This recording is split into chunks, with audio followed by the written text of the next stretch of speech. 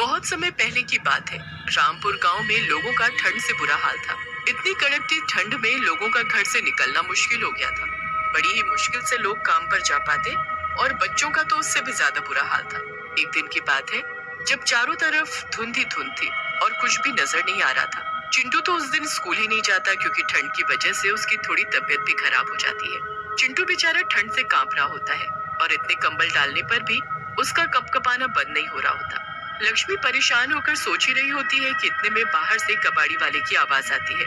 कबाड़ी वाले, कबाड़ी वाले। कबाड़ी वाला आ गया। इतने दिन से घर में ही कबाड़ पड़ा है, इसको दे देती हूँ, कुछ पैसे तो आएंगे। बस फिर लक्ष्मी घर में पड़े कबाड़ को ले जाकर कबाड़ी वाले को देने लगती है कि तभी उसकी नजर एक हीटर पर जाती है। हीटर बिल्कुल नया होता है। अरे ये तो एकदम नया हीटर लग रहा है, तुमको ये किसने कबाड़ में दे दिया? अरे बस ऐसा ही है बहन जी, कभी कभी बढ़िया सामान भी मिल जाता है। आपको ये खरीदना है तो बताओ, बस 200 रुपए में दे दूंगा। 200 रुपए? नहीं नहीं, 100 में देना है तो दो। जैसे तैसे करके लक्ष्मी उस हीटर को बस 100 रुपए में ही खरीद लेती है। वो जल्दी से प्लग लगाकर हीटर को चिंटू के पास रख देती है। हीटर के जलते ही उसमें से अजीब सी आवाज आती है। अरे ये अजीब सी कैसी आवाज आ रही है इस हीटर से? अरे माँ, ये पुराना है ना, तो शायद इसमें कोई खराबी हो। हाँ तुम सही बोल रहे हो, आवाज से हमें क्या करना, हमें तो बस इससे गर्माहट मिलती रहे वही काफी है। उस हीटर से इतनी गर्माहट आती है कि पूरा घर एकदम गर्म हो जाता है। चिंटू भी उस गर्माहट में एकदम मजे से सो जाता है। रात को जब महेश आता है तो लक्ष्मी उसे हीटर दिखाती है। महेश भी खुश हो जाता है। फिर तो सब लोग मजे से हीटर के पास बैठकर खाना खाते हैं। खाना खाकर सब सो जाते हैं। रात को काफी गर्मी हो जाती है, इसलिए वो हीटर को बंद करके सोते हैं। आधी रात को जब सब सो रहे होते हैं तब हीटर अपने आप चालू हो जाता है और उसमें से अजीब सी कराहने की आवाज आने लगती है। आवाज सुनकर चिंटू की आंख खुल जाती है। वो देखता है हीटर चालू पड़ा है। अरे ये हीटर तो माँ ने बंद किया था, फिर कैसे चालू हो गया? और ये इसमें से इतनी अजीब आवाजें कैसी आ रही हैं? चलो कोई नहीं, मैं ही इसे अभी बंद कर देता हूँ। चिंटू उठकर हीटर के पास जाता ही है कि उसे उसमें दो आंखें दिखाई देती हैं। आंखें एकदम लाल और डरावनी होती हैं। चिंटू उन आंखों को एकदम करीब जाकर देखने लगता है तो उसे उनमें से आंसू आते दिखते हैं। चिंटू ये सब देखकर एकदम घबरा जाता है। वो अपनी माँ को आवाज देने ही लगता है कि तभी हीटर से एक भूत बाहर आता है और वो खींचकर चिंटू को हीटर के अंदर डाल देता है। अब मैं आजाद हो गया। आखिरकार इतने सालों बाद मुझे आजादी मिल ही गई। अब मैं इस लड़के की जगह लेकर इसकी जिंदगी जीऊंगा और आजादी से रहूंगा। भूत चिंटू को हीटर में बंद करके उसकी जिंदगी जीने लगता है। उसका बर्ताव उसके माँ बाप को कुछ बदला बदला सा लगता है, पर फिर वो सोचते हैं कि शायद वो बीमार था इसलिए ऐसा कर रहा है। हीटर के अंदर चिंटू बंद चिल्लाता रहता है, पर हीटर बंद होने की वजह से कोई उसको सुन नहीं पाता। अब जब रात होती है और सब लोग खाना खाने बैठते हैं तो खाना बिल्कुल ठंडा हो चुका होता है। अरे ये क्या, बिल्कुल ठंडा खाना, इसे गर्म क्यों नहीं किया? जी वो लकड़ी खत्म हो गई थी इसलिए। चलो कोई बात नहीं, फिर ऐसे ही खा लेते हैं। सब खाना खाने लगते हैं, पर जैसे ही चिंटू की शक्ल में वो भूत रोटी को हाथ लगाता है कि तभी रोटी से धुआं निकलने लगता है। महेश चिंटू के हाथ की रोटी को छूकर देखता है तो वो एकदम गर्म होती है। महेश को बड़ी हैरानी होती है कि ठंडी रोटी एकदम गर्म कैसे हो गई। और फिर जैसे ही चिंटू पानी का गिलास उठाता है तो वो भी उबलने लगता है।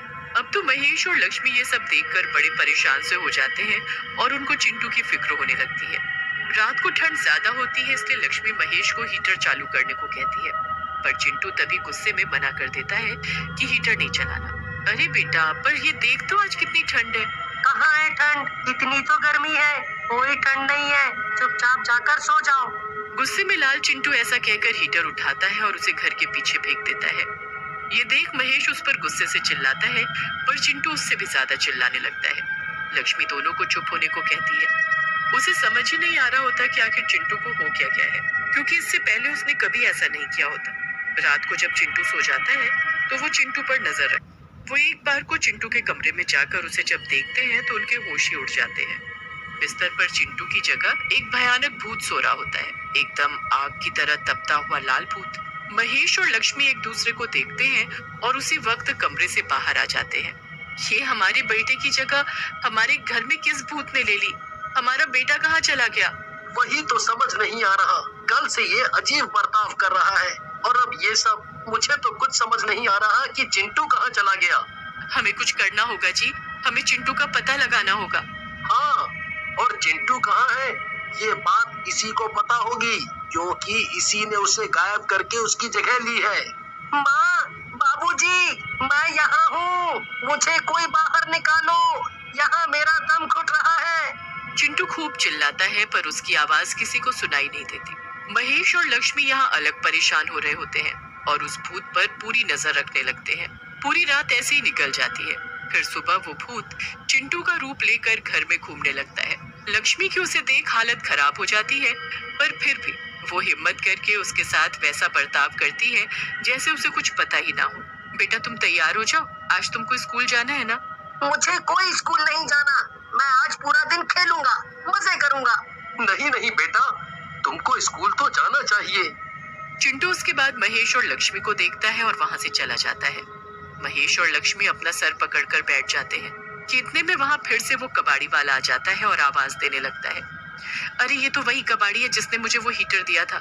हीटर से याद आया कि चिंटू ने उस दिन, मतलब उस भूत ने उस दिन उस हीटर को चलाने से मना क्यों किया और उसे बाहर भी फेंक दिया? आखिर उसे उस हीटर से क्या तकलीफ है? हाँ आप सही बोल रहे हैं, मैं अभी उस हीटर को लेकर आती हूँ।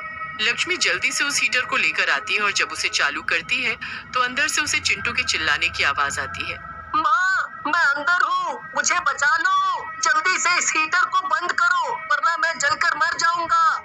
हे भगवान, मेरा बच्चा इस हीटर के अंदर कैद है। जल्दी से लक्ष्मी हीटर के बटन को बंद करती है।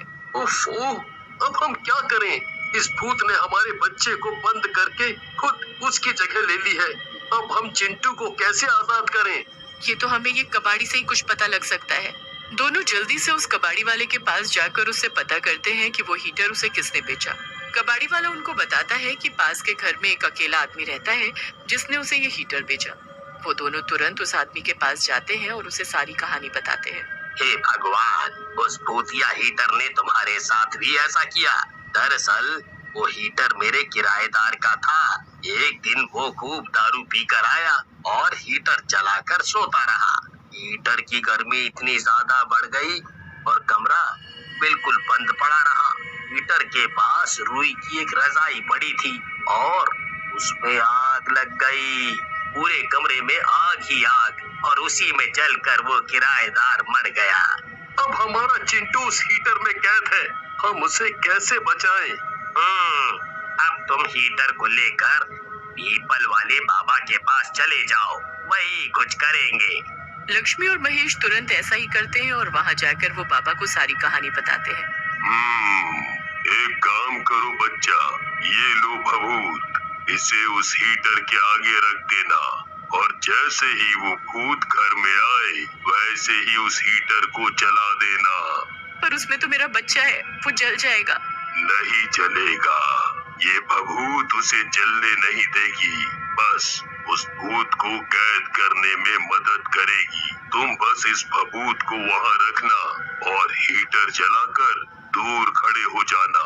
जैसे ही वो भूत गुस्से में उस हीटर के पास उसे फेंकने, तोड़ने या नष्ट करने के लिए जाएगा, तुम जल्दी से भभूत उसके मुंह पर उड़ाकर ये पड़ा हुआ पानी उसके पीछे फेंक कर मारना।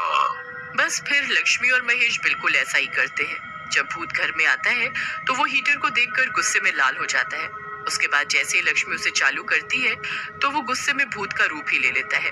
भूत उस हीटर को तोड़ने को जैसे ही आगे बढ़ता है कि महेश हीटर के सामने रखी भभूत फूंक मारकर उसके मुंह पर उड़ा देता है और पीछे से लक्ष्मी उसके ऊपर वो पड़ा हुआ जादुई पानी फेंकती है। भूत बुरी तरह चिल्लाता हुआ हीटर में समा जाता है और चिंटू बाहर निकल आता है। उसके बाद वो उस हीटर को उठाकर एक नदी में ले जाकर फेंक देते हैं। भूत अंदर ही चिल्लाता रह जाता है पर कभी उससे बाहर नहीं आ